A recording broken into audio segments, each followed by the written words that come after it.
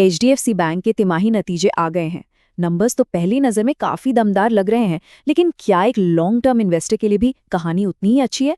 चलिए इसे डिकोड करते हैं और समझते हैं कि इन नतीजों में लंबी अवधि के लिए क्या छिपा है। सबसे पहले जरा बैंक का स्केल देखिए। 10 करोड़ से ज्यादा ग्राहक, ये आंकड़ा अपने आप में बहुत कुछ कहता है। ये दिखाता है कि बैंक की पहुंच बाजार में कितनी गहरी और कितनी मजबूत है। और देखिए, इतने बड़े कस्टमर बेस का फायदा सीधा सीधा मुनाफे में दिखता है।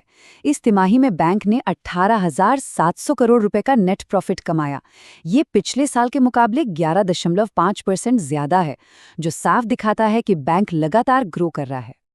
तो हेडलाइन नंबर्स तो काफी स्ट्रॉन्ग है ना? बड़ा कस्टमर बेस, बढ़ता हुआ प्रॉफिट। इन आंकड़ों को देखकर तो यही लगता है कि एचडीएफसी बैंक अपनी जगह पर सॉलिड खड़ा है। पर क्या कहानी सिर्फ इतनी ही है? नहीं, देखिए, बात सिर्फ हेडलाइन नंबर्स की नहीं होती। असली कहानी तो डिटेल्स में छिपी होती है।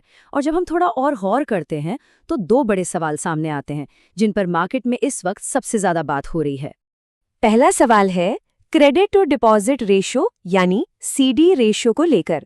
अब ये सुनने में थोड़ा टेक्निकल लग सकता है, पर इसे ऐसे समझिए। ये बैंक की गाड़ी का फ्यूल गेज है। ये बताता है कि बैंक ने जमा पैसों के मुकाबले कितना कर्ज बांटा हुआ है। और यहीं पर एक चिंता की बात है। एचडीएफसी बैंक का सीडी रेशो 98.7% तक पहुंच गया है। मतलब बैंक के पास जमा हर 100 रुपए के बदले वो करीब करीब 99 रुपए का कर्ज दे चुका है। अब जाहिर है, इससे आगे और कर्ज देने की या कहीं की ग्रो करने की गुंजाइश कम हो जाती है। सीधी सी बात है, अगर गाड़ी में पेट्रोल ही खत्म होने को है तो वो और कितनी दूर जाएगी। दूसरा बड़ा सवाल है प्रॉफिटेबिलिटी यानी मुनाफे को लेकर। इसे टेक्निकल भाषा में नेट इंटरेस्ट मार्जिन या निम कहते हैं।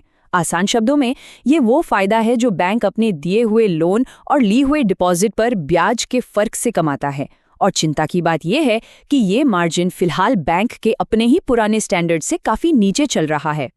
तो अब सवाल ये उठता है कि इन चैलेंजेस से निपटने के लिए एचडीएफसी बैंक का प्लान क्या है। सबसे पहले बात करते हैं डिपॉजिट्स की। उसे बढ़ाने के लिए क्या सोचा है? देखिए, बैंक ने इसके लिए क्लियर 3-pronged स्ट्रेटजी बनाई है।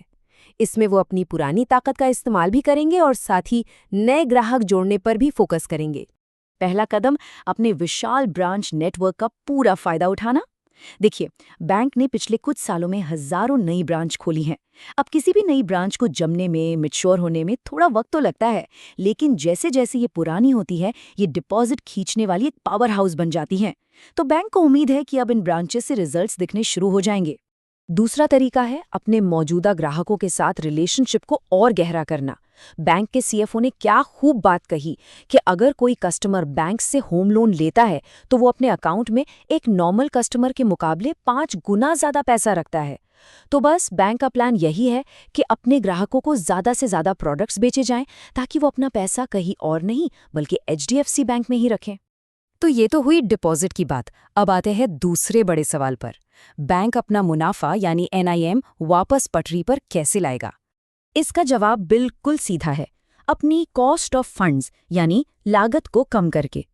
देखिए, बैंक को जो पैसा डिपॉजिट के तौर पर मिलता है उस पर उसे ब्याज देना पड़ता है ना? यही उसकी लागत है। तो बैंक का पूरा फोकस इसी लागत को नीचे लाने पर है। और इसके लिए उनके पास 3 मेन लीवर्स हैं। पहला, जो पुरानी ज्यादा ब्याज वाली एफडीज हैं, जब वो मैच्योर होंगी तो उनकी जगह कम ब्याज वाली नई एफडीज ले लेंगी। दूसरा, जैसे जैसे मार्केट में इंटरेस्ट रेट्स कम होंगे, लोग अपना पैसा सेविंग्स अकाउंट में रखना ज्यादा पसंद करेंगे, जिस पर बैंक को कम ब्याज देना पड़ता है। और तीसरा, बैंक बाजार से उठाया गया महंगा कर्ज चुकाएगा और उसकी जगह ग्राहकों के सस्ते डिपॉजिट का इस्तेमाल करेगा। ठीक है, तो प्लान तो बिल्कुल साफ दिख रहा है, लेकिन इन सब के बाद बैंक का एम्बिशन क्या है? वो आने वाले वक्त में खुद को कहाँ देखते हैं? देखिए, मौजूदा चैलेंजेस के बावजूद मैनेजमेंट का कॉन्फिडेंस काफी हाई है। उनका कहना बिल्कुल साफ है, अगले फाइनेंशियल ईयर में हमारा लक्ष्य है पूरे बैंकिंग सिस्टम से ज्यादा तेजी से ग्रो करना। अब ये एक बहुत बड़ा और बोल्ड टारगेट है। तो आखिर में सारी बात आकर कहाँ रुकती है? एचडीएफसी बैंक के पास एक क्लियर प्लेबुक है, लेकिन हम सब जानते हैं कि प्लान बनाना एक बात है और उसे एग्जीक्यूट करना बिल्कुल दूसरी। तो एक लॉन्ग टर्म इन्वेस्टर के नजरिए से देखने वाला असली सवाल ये है, क्या कम जोखिम और ज्यादा मार्जिन तक पहुंचने का ये रास्ता एक स्प्रिंट है जिसमें नतीजे जल्दी मिलेंगे, या फिर ये एक मैराथन है जिसमें सब्र का इम्तिहान होगा? इसका जवाब तो खैर वक्त ही देगा।